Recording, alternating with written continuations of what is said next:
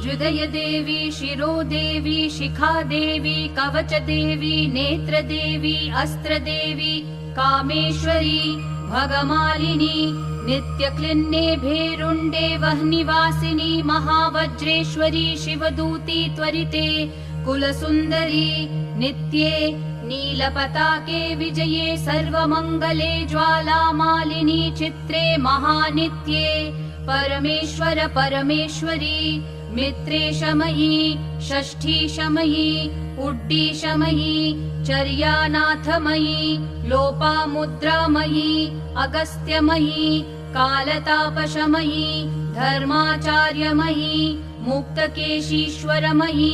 दीपकलानाथमयी, विष्णुदेवमयी, प्रभाकरदेवमयी, तेजोदेवमयी, मनोजदेवमयी, Kalyandev